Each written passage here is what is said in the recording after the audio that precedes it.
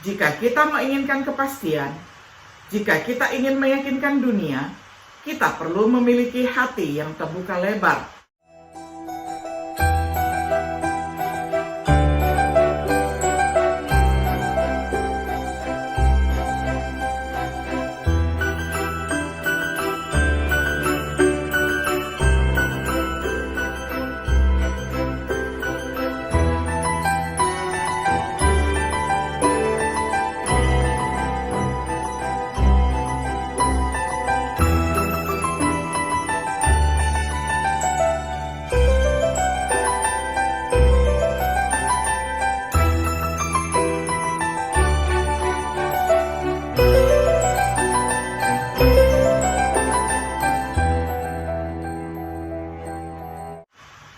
Shalom sahabat Biblika yang dikasihi oleh Tuhan.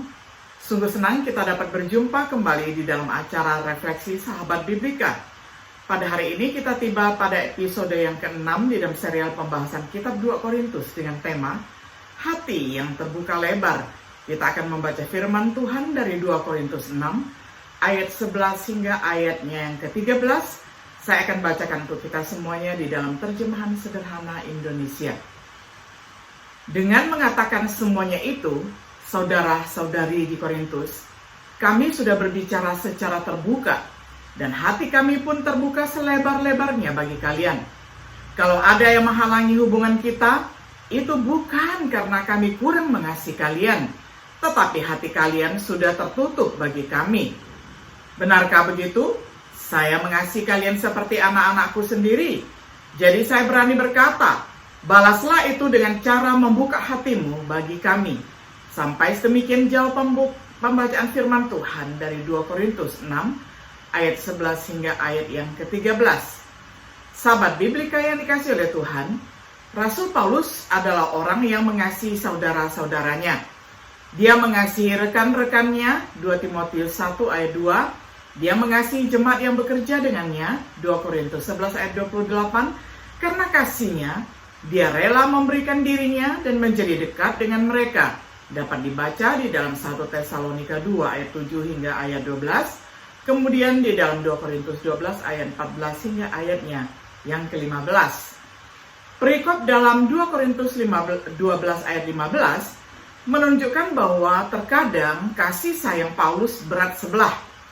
Dia menguraikan hal ini di dalam 2 Korintus 6 ayat 11 sampai 13.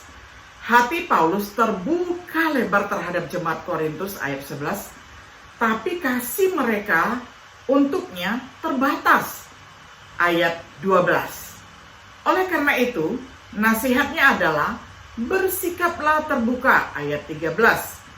Dalam refleksi kali ini, saya ingin menawarkan alasan mengapa kita semua perlu memiliki hati yang terbuka lebar. Menjelaskan mengapa beberapa orang mungkin memiliki hati yang terbatas. Sarankan bagaimana kita dapat memastikan hati yang terbuka lebar. Yang pertama, mengapa kita perlu memiliki hati yang terbuka lebar? Kasih persaudaraan adalah tanda pemuridan sejati. Perhatikan apa yang Yesus katakan tentang saudara yang saling mengasihi dalam Yohanes 13 ayat 34 sampai 35. Kasih seperti itu akan menjadi tanda yang terlihat di mana dunia akan mengenal murid-murid Kristus yang sejati. Orang dengan hati yang terbatas akan mengalami kesulitan untuk menunjukkan kasih yang terlihat. Kasih persaudaraan adalah indikasi pertumbuhan rohani. Petrus mendaftar kebaikan persaudaraan dan kasih di antara rahmat yang terlihat dalam pertumbuhan. Dalam pengetahuan tentang Yesus Kristus, 2 Korintus 1 ayat 5 sampai 8, bahwa memiliki hati yang terbatas adalah indikasi dari ketidakdewasaan rohani, 2 Korintus 6 ayat 13. Atau penyakit rohani, rabun dekat, bahkan buta. Tetapi kalau kamu tidak berusaha melakukan semua itu, berarti kamu tidak mampu melihat hal-hal rohani. Orang seperti itu lupa bahwa sebenarnya dosa-dosanya yang lama sudah dibersihkan ketika dia percaya kepada Kristus. 2 Petrus 1 ayat 9. Kasih persaudaraan adalah jaminan keselamatan kita. Ini adalah salah satu cara agar kita tahu bahwa kita telah berpindah dari kematian ke kehidupan. 1 Yohanes 3 ayat 16 hingga ayatnya yang ke-19. Orang yang benar-benar mengasihi adalah orang yang lahir dari Allah. 1 Yohanes 4 ayat 7 sampai 8. Memiliki hati yang terbatas tidak akan meyakinkan mengingat ayat-ayat seperti itu. Perhatikan 2 Petrus 1 ayat 10 sampai 11. Oleh karena itu saudara-saudari, berusahalah lebih keras lagi melakukan ketujuh hal yang saya tuliskan di atas. Dengan begitu, kamu memastikan bahwa kamu benar-benar sudah dipanggil dan dipilih oleh Allah. Kalau kamu terus melakukan semuanya itu, kamu tidak akan gagal mencapai tujuan surgawimu. Dengan demikian, waktu kamu masuk ke dalam kerajaan yang kekal, kamu akan disambut dengan penuh sukacita oleh penguasa dan raja penyelamat kita, Kristus Yesus. Jika kita menginginkan kepastian, jika kita ingin meyakinkan dunia, kita perlu memiliki hati yang terbuka lebar. Sekarang mari kita perhatikan beberapa alasan. Yang kedua, mengapa beberapa orang memiliki hati yang terbatas? Itu mungkin karena ketidaktahuan. Beberapa orang Kristen mungkin tidak diberikan tindak lanjut yang tepat. Tindak lanjut mereka mungkin tidak seimbang dengan penekanan pada kehidupan eksternal untuk mengabaikan kehidupan internal. Ini tidak bisa menjadi alasan bagi kita lagi. Kalau seseorang berkata, saya mengasihi Allah, tetapi dia masih membenci saudaranya, berarti dia pembohong. Orang yang tidak mengasihi sesama manusia yang kelihatan tidak mungkin bisa mengasihi Allah yang tidak kelihatan. Lagi pula, Allah sudah memberikan perintah kepada kita, yaitu siapapun yang mengasihi Allah harus mengasihi saudaranya juga. 1 Korintus 4 ayat 20 hingga ayatnya yang ke-21. Mungkin hasil dari amnesia rohani, seperti yang ditunjukkan Petrus di dalam 2 Petrus 1 ayat 9, yang terjadi ketika kita melupakan kasih Tuhan kepada kita dalam menyucikan kita dari dosa-dosa kita. 2 Petrus pasal pertama ayat 9. Jangan menerapkan segala ketekunan atau tidak menerapkan segala ketekunan di dalam 2 Petrus 1 ayat 5 dan ayat 10. Dengan berlalunya waktu, kita mungkin lupa betapa pentingnya kasih dalam pikiran Allah. Jadi, ketiga hal inilah yang tetap diperlukan selama-lamanya, yaitu percaya, berharap, dan mengasihi. Tetapi yang paling penting di antara ketiganya adalah mengasihi. 1 Korintus 13 ayat 13. Mungkin kita memiliki tengkorak di lemari. Beberapa orang menolak untuk dekat dengan orang lain karena takut beberapa rahasia tersembunyi akan diketahui. Jika kita memiliki tengkorak di dalam lemari seperti itu, sebaiknya kita singkirkan, karena mereka pada akhirnya akan mengetahui atau diketahui. Tetapi jika kamu tidak berbuat demikian, sesungguhnya kamu berdosa kepada Tuhan, dan kamu akan mengalami bahwa dosamu itu akan menimpa kamu.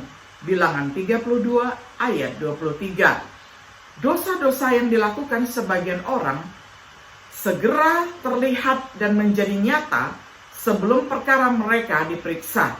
Tetapi dosa-dosa sebagian orang lain tersembunyi dan hanya akan ketahuan di kemudian hari. Demikian juga ada perbuatan-perbuatan baik kita yang akan segera kelihatan dan ada yang tidak. Namun yang tidak langsung terlihat pun tidak mungkin tersembunyi selamanya. 1 Timotius 5 ayat 23 sampai 24. Dengan dihilangkannya tengkorak, kita tidak akan mempermasalahkan seberapa baik orang yang mengenal kita. Selain itu, tidak ada yang sempurna, dan kita dapat menggunakan bantuan yang dapat diberikan saudara-saudara. Galatia 6 ayat 1 sampai 2. Tentu saja, ini menuntut saudara-saudara untuk dapat dipercaya dan tidak bergosip. Mungkin kita memiliki takut terlihat. Mengasihi memang melibatkan resiko penolakan. Paulus mengalami penolakan tidak hanya di Korintus tetapi juga di Roma. Dapat dibaca di dalam 2 Timotius 4 ayat 16. Tetapi sukacita persekutuan dan kasih sejati dapat lebih dari sekedar menebus beberapa kali. Beberapa orang mungkin menolak kita.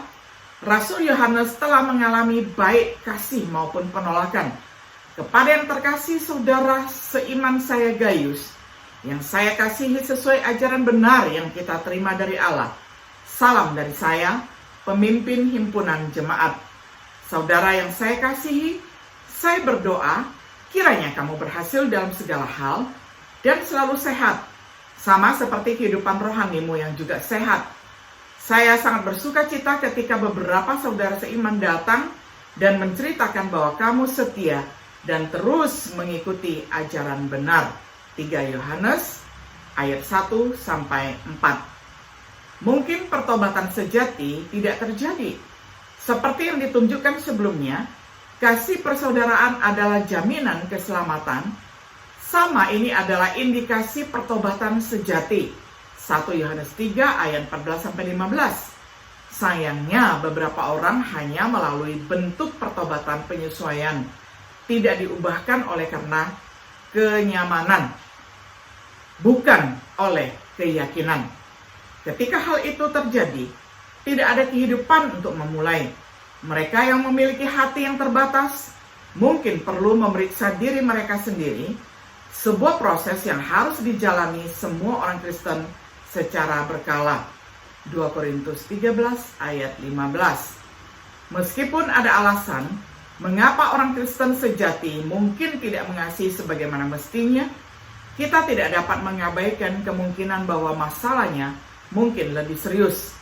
Apapun alasannya, sebenarnya tidak ada alasan untuk memiliki hati yang terbatas. Apa yang bisa dilakukan untuk membuka lebar hati kita? Berikut adalah beberapa saran untuk memiliki hati yang terbuka lebar. Menerima kasih Tuhan mengajari kita. Inilah yang memungkinkan orang Tesalonika unggul di dalam kasih.